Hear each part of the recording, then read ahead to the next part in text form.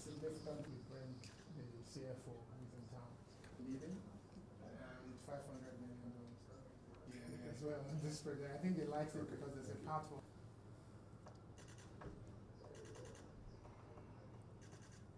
Thank you very much, Excellency. Thank you very much. Thank you, sir.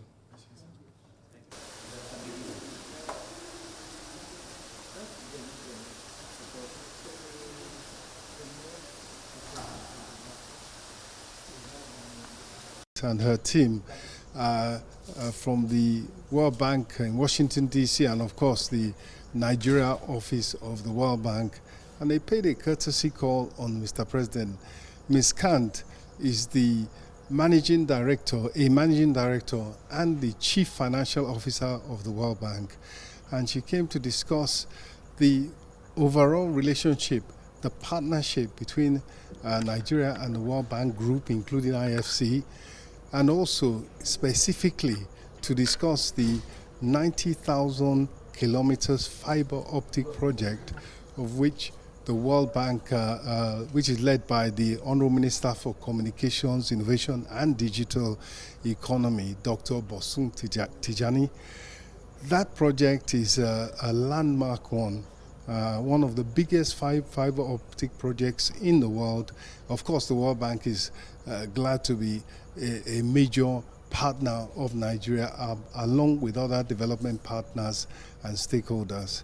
And the critical thing about that particular project, and I'm sure the Minister of Communication will say more about it, is that it is a self-financing project.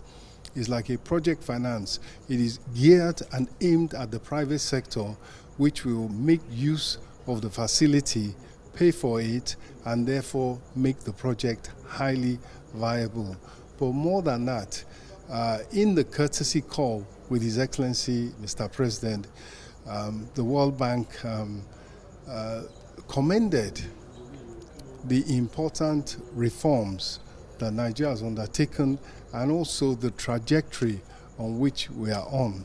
Of course, now we are focused on achieving rapid, sustained, inclusive growth that creates quality jobs for our youth in particular and lifts millions of Nigerians out of poverty. And that focus, we have a consensus that we need to focus on agriculture, infrastructure, including like this 90,000 kilometer fiber optic project, digital infrastructure, and in addition to that, access to finance, affordable access to finance across particularly the small and medium scale enterprises, as well as, of course, the larger ones. That is the trajectory, that is the path now to growth for Nigeria, and we are all focused with our development partners. The World Bank is a trusted development partner of Nigeria, and we are all focused on achieving in the very near future the growth that we. As you know, Mr. President and the CME, Mr. Wale, they've been focused on mobilizing the best and sustainable resources for driving the development of infrastructure in Nigeria. But our infrastructure is not just physical, it's also digital as well, which is why digital infrastructure is also a priority from our ministry, and we've enjoyed the support of Mr. President. That's why the FEC approved that we should lay 90,000 kilometers of fiber optic cable across Nigeria. You know, Nigerians always talk about the quality of the connectivity they get, but unfortunately, quality is tied to availability of the right infrastructure. So for us as a government, we would like to fix this once and for all. We want people to be able to have fiber-based connectivity, whether it's at home, or is that in the office, in schools, at hospitals. We can't do this without investing in that infrastructure. That's what that 90,000 kilometers is about. We've designed it in such a way that we have rings across all the geopolitical zones and each state as well. Looking at what's been already built and we're completing the ring, ensuring that every state is properly covered. And once we do that, it means fiber-based connectivity can now get to the homes. And we enjoy the support of the World Bank. The World Bank is helping us to structure the round where government is putting money into this special purpose vehicle that is going to build and operate the fiber network. But we're also then getting 51% of the total funding from the private sector as well. And the entity is then going to be managed as an independent entity, not a government-led entity. The private sector will help us ensure that it is managed in a sustainable manner and that we can recoup our money back, because people will pay for these services. So it's not one of those things where we take loans and we throw it into things that will not bring back the money.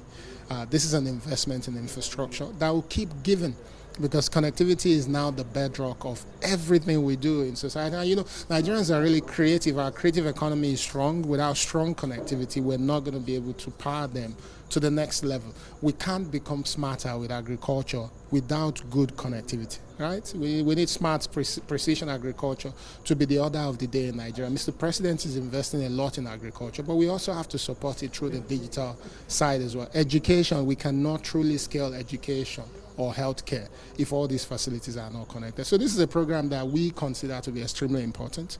We're hoping that by the end of this year, we're in a position where we can actually start to dig. We've done the design. That design will be released at some point in the next 1 or 2 months for the public, so that people can see where this fiber will actually pass through and how they can benefit as well. What was the disposition of Mr. President? Oh, President is keen. He's keen on building future-facing infrastructure. The President wants to invest in infrastructure that will allow our economy to be able to grow.